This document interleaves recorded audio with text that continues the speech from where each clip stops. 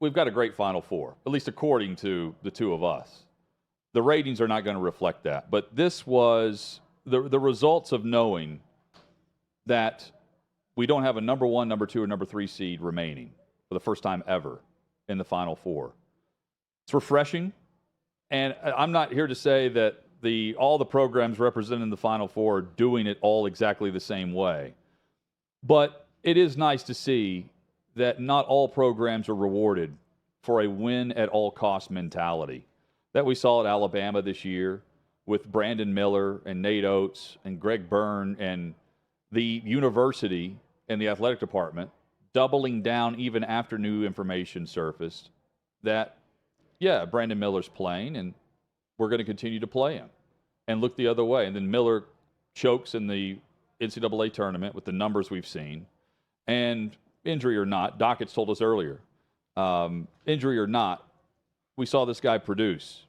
And all of a sudden, it's the injury, not the distraction behind the scenes. But, Chad, they were set up to win. Look at the field. Look at the bracket versus Alabama. And they lost to San Diego State of the Mountain West. I love it.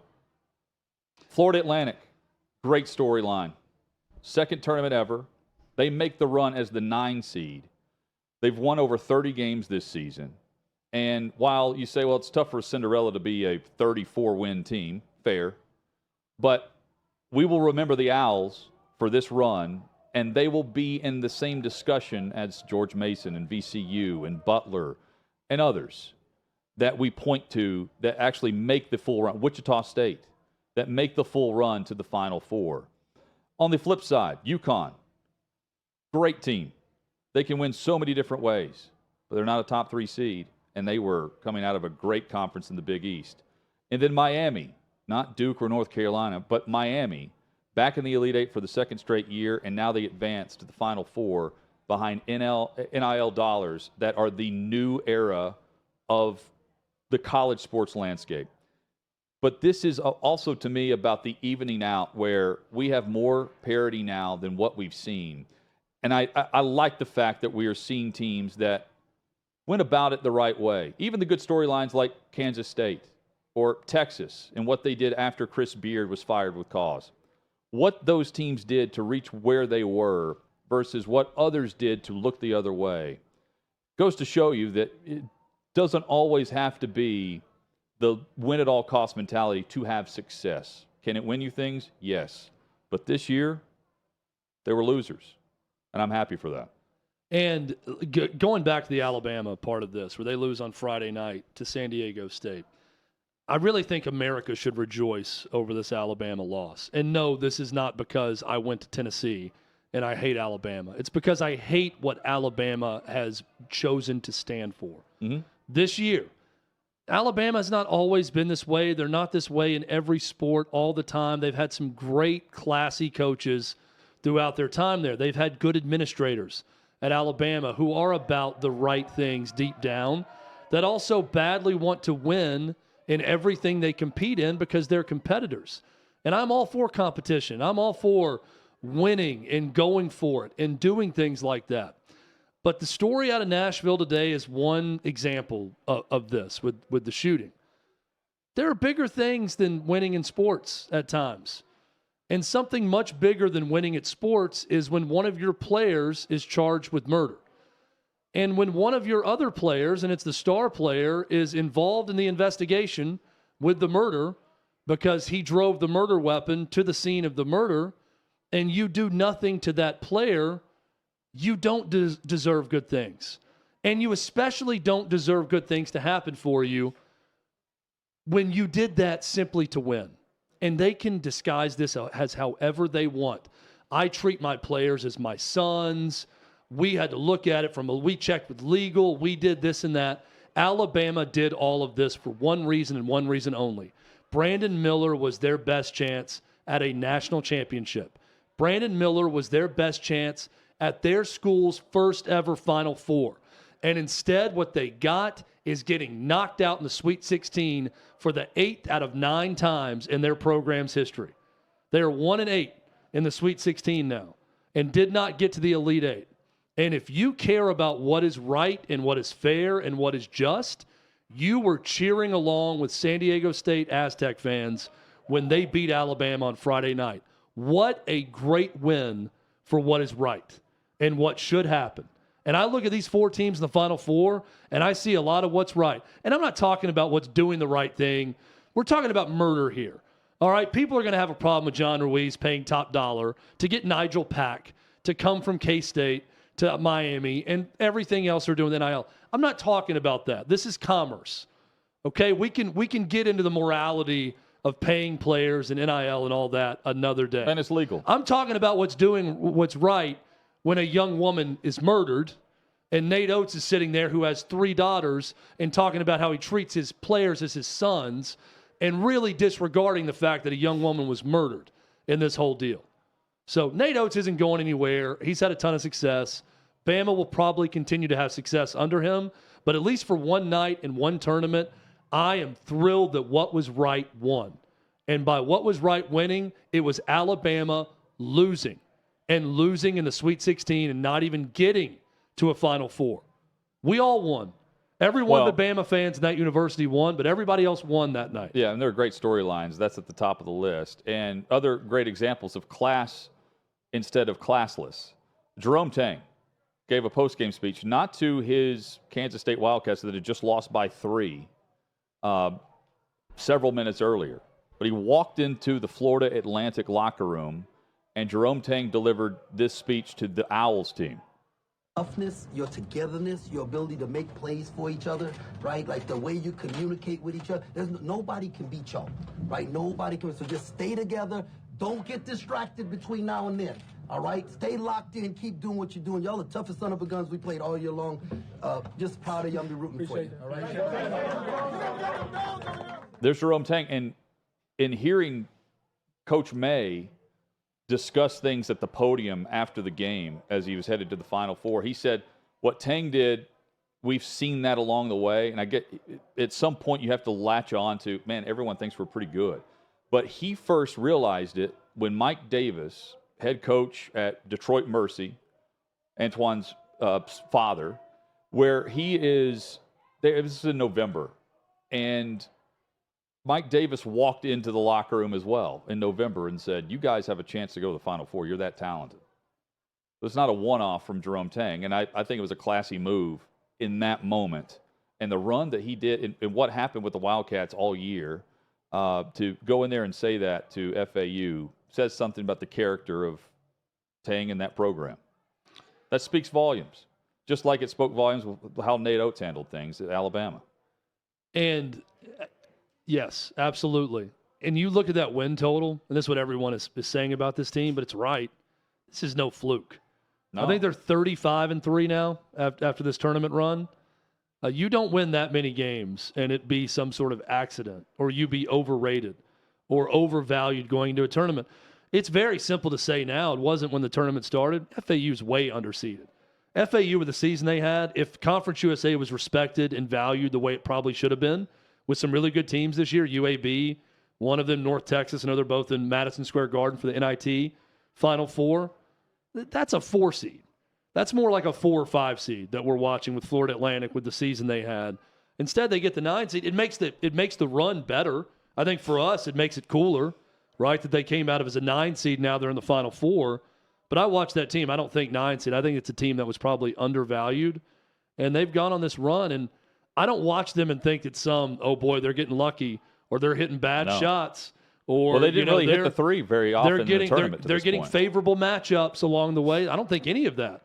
I just think that when it is stress time late in the game, they're the ones that aren't stressed, and they just let it go. And they did it at MSG. They're at center court MSG. Go back to round 1 against Memphis and how they did it. The opponents are the stress team, not the other way around, which is remarkable. They didn't play well. They didn't shoot well in round 1 against Memphis, but when it was clutch time, they were good. They made the plays. Round 2, they didn't play great, but they did enough to beat Fairleigh Dickinson. And then it started with Tennessee, down 6, 12 minutes left. They take over, and same goes for the K-State game. I've just been thoroughly impressed with the composure of that group throughout this run. This run across the tournament was indicative of what we've seen really in the top 10, top 25 in the polls that would come out weekly. Chad, it's a dream scenario for the Cinderella fans, right? Where you're trying to find these teams to latch on to all the way through. But ultimately, and we've seen history of this, what does it mean for the Final Four? It means that not as many people will watch. It doesn't mean that you that enjoy basketball or enjoy Cinderella stories should not really enjoy this Final Four. And I think it's going to lead to some really good games. But a year ago is the classic example. The Duke-North Carolina national semifinal game, Final Four game, is the second most watched college basketball game on cable ever. The national championship game was North Carolina-Kansas. That's third most watched all time. That's pretty good, right? What's the common denominator here? Blue Bloods. Programs everyone's heard of, that everyone knows, that played in these games. When you get teams that aren't that in the Final Four, we saw it with Baylor, Houston a few years back, very low rating, you're going to get worse TV ratings. So not everyone is going to be watching that game on Saturday the way we were Duke Carolina a year ago and all the backstories with that one. Rodney Terry, they are hammering out the final details for him at Texas, but a no-brainer. And finally, the players for the Longhorns were saying this at the podium publicly over the weekend throughout the Sweet 16 Elite Eight. Like, Rodney Terry deserves to have the job. Maybe they were talking about it all along, but I feel like they got word that it was happening, so I think they felt at ease saying that at that point, or that it was going to happen. Oh, the players, you're saying? I think that Rodney Terry knew going into the Sweet 16 that he had the job. And I think he probably told his players. So I feel like his players probably felt more at ease talking about it. Because I'm willing to bet the way Rodney Terry's wired, he was telling them not to talk about it when asked about it, right? Don't keep me out of it, and if I'm getting the job or not, before then. Well, a tremendous job. Because what was the initial reaction with Chris Beard being first put on leave and then fired with cause was, this is a top 10 program right now. What's going to happen to them? They have been on a roll, and the expectation was they would drop back, and it was the opposite. They stepped up.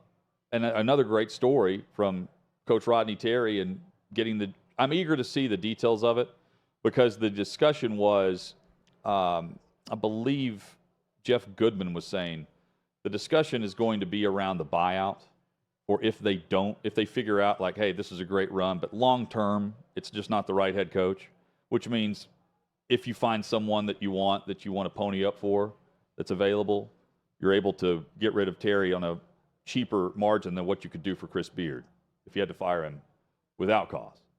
But the buyout won't be anything close to what Beard had, but he now has a chance to take over a top program that's headed to the SEC and that has recruited very well. And that through a transfer portal, if you don't recruit well, you can again be good fairly quickly if you have a down year. It's the right move for Texas. There's no doubt about it. I don't know what the other moves was, though. I was surprised. Well, there were still reports that Penn State's looking at him, Georgia Tech, and others were still interested in Rodney Terry, which I did not understand. Right move for Texas. And speaking of transfers, Caleb Love of North Carolina just announced he's entered the transfer portal from Carolina. He was a star a year ago in their run in the NCAA tournament to the national championship game. Someone's getting a very talented player in Caleb Love if he goes through with his transfer. Chad, just recapping our thoughts over the weekend. San Diego State and Creighton and how the game ended. A foul's a foul. But that was a physical game. That was an extremely physical game. I don't know how in the moment, if you're calling that physical game throughout, that you call that a foul in that moment, if you're letting other fouls go. I thought of what Tennessee did in the first and second round. Then they get to the Sweet 16. Then they advance. And it's like, well, what's going to happen with Tennessee and the officials once they get past the Duke storyline, which was, oh, dirty team. Refs should have blown the whistle a lot more. What happens if they don't get the same leeway that they received against Duke? Well, I mean, in this case, that's how San Diego State plays, and Creighton matched them. That was a great game. And I hated that it ended at a free throw line based on how that game had been played. Is it a foul? Yes. I could say, watching it, I felt like, yeah, it's a foul. But in that game, I'm not so sure. So I like that the call was made, and for this reason. You're right in saying the game was physical. Watching the game, though, I thought they allowed the physicality away from the ball. So rebounding situations, you had a lot of calls that could have been called that weren't. I thought they were pretty consistent on calling the foul on the shot. There was the guy, and I'm blanking on his name, the guy for Creighton, every time he drove, he would get the foul call when he went hard to the basket.